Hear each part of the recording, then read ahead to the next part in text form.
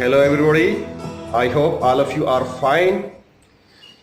I was teaching you active passive and I taught you how to change active into passive voice in affirmative sentences. Students, today I shall teach you the change of active into passive in negative sentences. But before that, it is better I revise you the rules of active passive voice. Student, I told you that there are mainly 4 rules of changing active into passive. The first rule is you have to change the place of subject and object in this manner. Means object को subject के स्थान पे लिखते हैं और subject को object के स्थान पे लिखते हैं. सेंटेंस में 3 चीजें होती है, सब्जेक्ट, वर्ब और ऑब्जेक्ट. तो हम उनका प्लेस चेंज कर देते हैं इस तरह से. ऑब्जेक्ट पहले यूज होगा और सब्जेक्ट बाद. दूसरा रूल यहीं पे समझ लीजिए, ये जो सब्जेक्ट है इससे पहले हमें बाय यूज करनी है, यानी ये जो सब्जेक्ट बाद में चला गया उससे पहले हमें बाय यूज करनी है. Okay. Third rule is related to helping verb. उसको मैंने आपको टेंसेस के अकॉर्डिंग बताया था कि प्रेजेंट इंडेफिनिट में इज एम आर का यूज करना है, पास्ट इंडेफिनिट में वॉज वर का, फ्यूचर में विल या शैल ऑलरेडी होगा, उसके साथ बी का यूज करना है. कॉन्टिन्यूस के दोनों टेंसेस में हमें बीइंग का यूज करना है और परफेक्ट के तीनों में हमें बीन लगानी है. अगर आप टेंसेस की पहचान नहीं कर पा, हालांकि करनी चाहिए, मैंने टेंसेस सिखाए हैं. दूसरा इसका भी तरीका है कि सेंटेंस में आप ये देखिए, अगर फर्स्ट फॉर्म यूज हुई है तो वहां पे हमें इज या एम या आर लगानी है. थर्ड का ये फर्स्ट हो गया. और सेकंड में क्या है कि अगर आपको सेकंड फॉर्म उसमें दिखाई देती है तो वहां पे आप वॉज या वर का यूज कीजिए. थर्ड में विल या शैल, और विल या शैल के अलावा इसकी फैमिली में 13 मेंबर्स टोटल होते हैं. विल या शैल की पूरी फैमिली जिसको हम मोडाल्स कहते हैं. तो सभी में रूल क्या है कि इनको हम एज इट इज लिखने के बाद में बी का प्रयोग करेंगे. और कॉन्टिन्यूस में जो भी हेल्पिंग वर्ब दी हुई होती है, इज, एम, आर, वॉज, वर, ये कॉन्टिन्यूस टेंस में यूज होती हैं. तो हम इनको एज इट इज लिख करके उसके बाद बीइंग का प्रयोग करेंगे. और फिफ्थ रूल वो है परफेक्ट टेंस से रिलेटेड. अगर आपको हैज, हैव, हैड और विल हैव, शैल हैव इनमें से कुछ भी नजर आता है तो आप वहां पर इनके बाद, ये तो लिखेंगे ही, इनके बाद बी का यूज करेंगे. तो ये हेल्पिंग वर्ब से रिलेटेड रूल है. और fourth rule is related to main verb. Main verb में मैंने आपको बताया था कि हमारी एक्टिव वॉइस में वर्ब किसी भी फॉर्म में हो, हम उसको थर्ड फॉर्म में चेंज कर देंगे. तो these were the 4 rules of changing active to passive. Now we shall do this topic in negative sentences. ये 3 सेंटेंसेस लिखे हुए हैं और तीनों इंडेफिनिट टेंस का सेट है. वह प्रतिदिन चाय पीता है. तो इसमें मैंने क्या किया है, मैंने ये अफर्मेटिव में ही लिखे हैं. अभी पहले हम इनका नेगेटिव बनाएंगे, जिससे क्या होगा कि हमारा जो अफर्मेटिव से नेगेटिव बनाने वाला टॉपिक है वो भी रिवाइज हो जाए. तो इसमें अगर हेल्पिंग हो चुकी है नहीं तो मुझे इसको नेगेटिव बनाने के लिए मेन वर्ब के अंदर से मुझे इसमें हेल्पिंग वर्ब लेनी पड़ेगी. और ड्रिंक्स में डज है तो मुझे डज पहले लिखना पड़ेगा. ही, और ही के बाद पहले डज लिखूंगा, फिर नॉट लगाऊंगा और डज में से अब एस खत्म हो जाएगा. Same is the case of second sentence. इसमें से मुझे हेल्प में से डिड निकालनी पड़ेगी. तो शी इधर लिख करके इसमें मैंने डिड लगाया और डिड के बाद में नॉट का यूज किया. अब हेल्प में से ईडी खत्म हो जाएगी. तो she did not help us, उसने कल हमारी मदद नहीं की. और थर्ड सेंटेंस में आप देखिए, इसमें विल का यूज ऑलरेडी हुआ है तो इसमें हम सिर्फ नॉट लगा देंगे. ये हमारा नेगेटिव सेंटेंस बन गया. अब हम इनका पैसिव बनाना सीखेंगे. तो पैसिव में क्या करेंगे, हम ऑब्जेक्ट को लेंगे. इसमें टी और डेली 2 शब्द बाद में लिखे हुए हैं, लेकिन ड्रिंक जो वर्ब है उसके तुरंत बाद टी लिखा हुआ है. इसका मतलब टी इसके अंदर ऑब्जेक्ट है. टी शुरू में लगाने के बाद में प्रेजेंट इंडेफिनिट में रूल बताया गया था कि हमें पैसिव वॉइस में इज, एम, आर का यूज करना है. भले ही नेगेटिव सेंटेंस में डज लगा दिया गया है, लेकिन पैसिव में इसकी जगह पे हमें इज, एम, आर तीनों में से ही एक लगाना है. सिंगुलर के साथ इज, प्लूरल के साथ में आर. और आई के साथ एन लगता है। तो टी इफ और नॉट जुगा तो लिखने के बाद में ड्रिंक की थर्ड फॉर्म ड्रंक किया जाएगा और फिर बाय लगा करके हम सब्जेक्ट को यानी बाय हिम। ये डेली कॉम्प्लीमेंट है, ये समय सूचक शब्द है जो सबसे लास्ट में लगेगा। सेकंड सेंटेंस, इसमें हेल्प मेन वर्ब है तो अस शुरू में आना चाहिए और अस शुरू में आकर के वी बन जाएगा। डिड की जगह पे वॉज या वर, क्योंकि पास्ट इंडेफिनिट में अफर्मेटिव में भी वॉज या वर लगाया गया था। वी प्लूरल है तो वर, डिड हट जाएगा। हेल्प की थर्ड फॉर्म, हेल्प लिखने के बाद पहले हम शी को यहां पे ऑब्जेक्ट बनाकर लिखेंगे और उसके बाद कॉम्प्लीमेंट जो है इसमें समय सूचक शब्द दिया जाएगा। Now third, my father will not buy a new car. तो ए न्यू कार, ये तीनों का पूरा एक सेट है। ऑब्जेक्ट की जगह पे याद रखिए सिर्फ जरूरी नहीं एक ही शब्द हो, शब्दों का समूह भी हो सकता है। उस शब्द को या शब्दों के समूह को ऑब्जेक्ट कहते हैं जिसका अपना पूर्ण मीनिंग निकलता हो, क्योंकि ए न्यू का अधूरा मीनिंग है। ए न्यू के साथ कार लगा करके तभी ये पूरा अर्थ दे रहा है। तो पूरा ये जो सेट है ए न्यू कार, ये पूरा ग्रुप हमने शुरू में लगाया। फिर विल या शैल जो भी है उसको हम लिखने के बाद नॉट लगाएंगे पहले, और नॉट के बाद में मैंने आपको विल और विल की पूरी फैमिली में बी का यूज बताया था। तो यहां पे हम बी लगा करके बाय की थर्ड फॉर्म बॉट का यूज करेंगे और बाय माय फादर।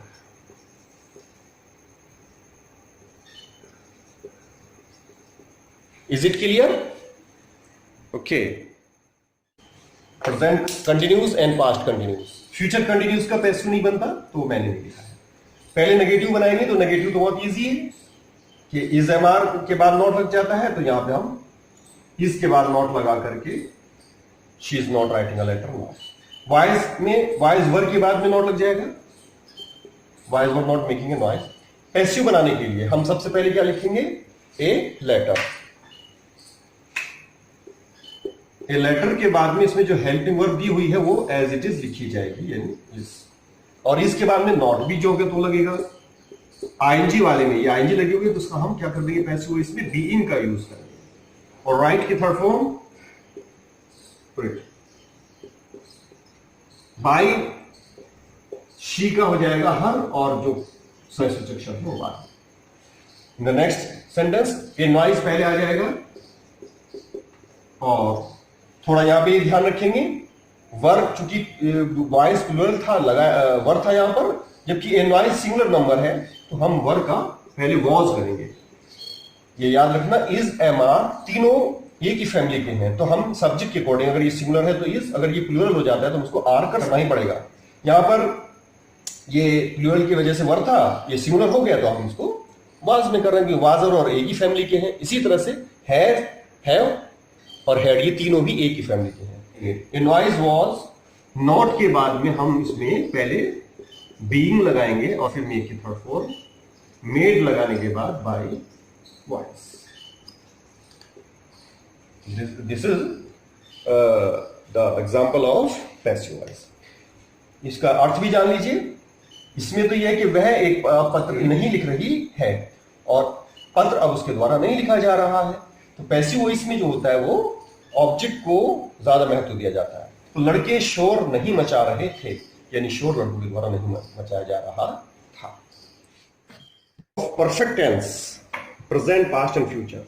वह अपना कार्य पूरा कर चुका है। पहले नेगेटिव बनाएंगे तो नेगेटिव में हम नॉट कहां लगाएंगे? हैज के बाद। यहां पे नॉट कहां लगेगा? हैड के बाद। और यहां पे दो हेल्पिंग वर्ब है, पहली हेल्पिंग वर्ब के बाद नॉट लगा करके हमने इसको नेगेटिव बना दिया। अब इन नेगेटिव सेंटेंसेस का हम पैसिव बनाएंगे। तो पहले सेंटेंस में हिज वर्क पहले आएगा, जो कि ऑब्जेक्ट है, ये हमारा सब्जेक्ट बन जाएगा। और हैज जो होगा तो लिखा जाएगा। नॉट यहां पे एज इट इज लगाने के बाद में तब हम बीन लगाएंगे, यानी पैसिव वॉइस वाली जो एक्स्ट्रा हेल्पिंग वर्ब है। और कंप्लीटेड ये एक्टिव वॉइस में भी थर्ड फॉर्म थी और अभी भी थर्ड फॉर्म ही हमें लगानी होती है, और by him. Past perfect tense में मैंने डबल क्लॉज वाला सेंटेंस लिखा है कि पिताजी के आने से पहले मैं खाना नहीं खा चुका था। तो हमें पहली क्लॉज का पैसिव बनाना होता है, दूसरी क्लॉज को जो का तो बाद में लिखा जाएगा। तो इसमें टेकन वर्ब है तो डिनर जो है वो शुरू में लगेगा, क्योंकि ये हमारा ऑब्जेक्ट था जो हमने सब्जेक्ट बना दिया है। हैड के बाद में नॉट लगाने के बाद तब हम बीन का यूज करेंगे, और टेकन चूंकि थर्ड फॉर्म है वो जो के तो लिखी जाएगी। बाय मी लिखने के बाद बिफोर फादर केम, आप इसको पूरा लिखेंगे as it is. Now mother will not have prepare lunch before I reach, मेरे पहुंचने से पहले मम्मी खाना तैयार नहीं कर चुकी होंगी। तो हमें पहले क्लॉज का, दोनों में फर्क, डबल क्लॉज में क्या होता है, ये सेकंड फॉर्म और ये फर्स्ट फॉर्म। अगर ये सिंगुलर होता तो इसमें एस या एस का प्रयोग भी किया जाता है, ये आपको मैं ऑलरेडी सिखा चुका हूं। हमें तो वर्क जो करना है इस पर करना है, ये पहले क्लॉज में। लंच यहां पे शुरू में आ जाएगा। लंच के बाद इसमें विल नॉट हैव को हम जो को तो लिखेंगे, यानी हैव को हम पहले ही लिखेंगे, और पैसिव वॉइस वाली जो बीन है वो हैव के बाद यूज होगी। उसके बाद प्रिपेयर जो ऑलरेडी थर्ड फॉर्म है तो हम उसकी नकल उतार लेंगे। बाय मदर लिखने के बाद में दूसरे क्लॉज को हम जो को बिफोर आई रीच इस तरह से उतार, यानी उसके द्वारा अपना कार्य खत्म या पूरा नहीं हो चुका है। और इसका क्या मीनिंग है कि मेरे द्वारा खाना नहीं लिया जा चुका था हीरा लेके आने से पहले, और इसका क्या मतलब है, मेरे पहुंचने से पहले मम्मी के द्वारा लंच तैयार नहीं हो चुका होगा। तो इनका मीनिंग जो है आपने देखा। इस तरह से ऑब्जेक्ट को ज्यादा महत्व दिया जा रहा है। 11 and 12 ये आपके परफेक्ट कॉन्टिन्यूस टेंस के सेंटेंस होते हैं, जिसमें आप समय का प्रयोग करते हैं। समय के साथ में आप उसमें कोई भी कार्य के कंटिन्यू रहने के बारे में बताते हैं, जिसमें आपने has been, have been, had been, will have been, shall have been, और मेन वर्ब के अंदर आईएनजी लगा करके उसमें आप फोर एसेंस के साथ में समय को दिखाते हैं, बताते हैं। इनका चूंकि पैसिव नहीं बनता है तो इसलिए इनके मैंने एग्जाम्पल नहीं लिखे हैं, ये ऑलरेडी आपको सब सिखाया जा चुका है। अब मैं इसमें आपको दो अलग से और सेंटेंसेस बताऊंगा जो थोड़े से डिफरेंट है। एक सेंटेंस मैंने यहां पे लिखा है, she always does her work on time, वह हमेशा अपना काम समय पर कर लेती है। एक सेंटेंस में यहां पे लिख रहा हूं, we must obey our teachers. Students, इन दोनों सेंटेंसेस में आप देखिए, ये भी अफर्मेटिव एग्जाम्पल है। अगर मैं इनको पहले नेगेटिव बनाऊंगा तो मैं इसमें डज में से, क्योंकि ये डज जो है यहां पे हेल्पिंग वर्ब वाला नहीं है, मेन वर्ब वाला है, जिसका मतलब होता है करना, अपना कार्य करना। तो जिसकी सेकंड फॉर्म डिड और थर्ड फॉर्म डन होती है। तो इसमें हमें इस डज में से अगर डज निकाल करके हम बनाए तो बन जाता, लेकिन ऑलवेज की वजह से मैंने आपको बताया था ये अलग तरीके से बनेगा। ऑलवेज के स्थान पर नेवर का यूज कर दीजिए, ये नेगेटिव सेंटेंस हो जाएगा। She never does her work on time, वो कभी समय पर कार्य नहीं करती। और इसका नेगेटिव इसमें मस्ट के बाद नॉट लग करके बन जाएगा। तो ये दोनों एग्जाम्पल नेगेटिव की ही मैंने कर दी। अब इन नेगेटिव सेंटेंस का पैसिव बनाने का तरीका कोई डिफरेंट नहीं है। इसमें हम पहले हर वर्क को लिखेंगे और हर वर्क के बाद में हमें टेंस की पहचान करनी है। प्रेजेंट इंडेफिनिट होने की वजह से पहले इज, एम या आर में से ही एक लगाया जाएगा। और उसके बाद में नेवर का यूज हम एज इट इज करेंगे। और डज की थर्ड फॉर्म डन लिखने के बाद में बाई शी का हो जाएगा हर ऑन टाइम। यानी नेवर के साथ में डू डज डिड का यूज नहीं होता है, लेकिन और हेल्पिंग वर्ब्स का यूज हमें, क्योंकि यहां पे हमें पैसिव वॉइस में लगानी ही है, तो इसके बाद नेवर का यूज होता है। तो उसके समय पर उसके द्वारा कभी भी अपना कार्य नहीं किया जाता है, कभी नहीं किया जाता है, तो नेवर का मतलब कर दिया। दूसरे सेंटेंस को अगर हम देखें, इसका ना मीनिंग चेंज हो गया है। हमने यहां पे मस्ट के बाद नॉट लगा तो दिया, लेकिन इसका अर्थ अगर हम देखें बहुत ही अपोजिट हो गया है कि हमें अपने अध्यापकों की आज्ञा नहीं माननी चाहिए, जबकि ये बात गलत है। तो इससे पहले हम सही करेंगे। सही करने के लिए इसका मीनिंग सेम वही रखने के लिए हमें क्या करना पड़ेगा, ओबे के स्थान पर हमें ओबे को अपोजिट डिसओबे लगाना पड़ेगा। We must not disobey. अब जो मीनिंग पहले सेंटेंस का था वही मीनिंग इस सेंटेंस का हो गया है। हमें अपने गुरुजनों की आज्ञा माननी चाहिए, यानी हमें अपने गुरुजनों की अवज्ञा नहीं करनी चाहिए। स्टूडेंट्स, आप जो ये ट्रांसफॉर्मेशन के टॉपिक में नेगेटिव बनाना आपने सीखा है, मैंने आपको बहुत सिंपल मेथड से बताया कि आप हेल्पिंग वर्ब के बाद नॉट लगा दीजिए। लेकिन देखा जाए तो नेगेटिव में इसका जो मीनिंग होता है वो उल्टा हो जाता है। नेगेटिव बनाइए लेकिन उसका मीनिंग सेम रहना चाहिए। तो मीनिंग सेम रखने के लिए वहां पर आप इस सेंटेंस को सीखेंगे कि नॉट लगाने के बाद में जो उसके बाद दिया वो एडजेक्टिव या वर्ब होती है उसको हम उसका एंटोनिम बना करके, यानी उसका विलोम शब्द बना करके लिखते हैं, जिससे मीनिंग दोनों का सेम रहेगा। तो ये तो आपको नेक्स्ट क्लासेस में सीखना है। बाकी तो आपको सिंपल उसी तरीके से नॉट लगाना है हेल्पिंग वर्ब के बाद। ओके, इसका पैसिव बनाएंगे तो हम पहले क्या लिखेंगे, आवर टीचर्स। आवर टीचर्स के बाद में मस्ट एज इट इज लिखने के बाद नॉट यहीं पर रहेगा, और आपको पता है मस्ट है मोडाल्स है। मैंने बताया तो विल की पूरी फैमिली के साथ में बी का यूज किया जाएगा पैसिव में, तो हम यहां पर बी का यूज करेंगे। और डिसओबे की थर्ड फॉर्म डिसओबे, इसमें ई भी लग जाएगा। और बाई अस अगर आप नहीं भी लिखना चाहें, क्योंकि ये सेंटेंस अपने आप में कंप्लीट अर्थ दे रहा है कि अपने गुरुजनों की अवज्ञा नहीं की जानी चाहिए।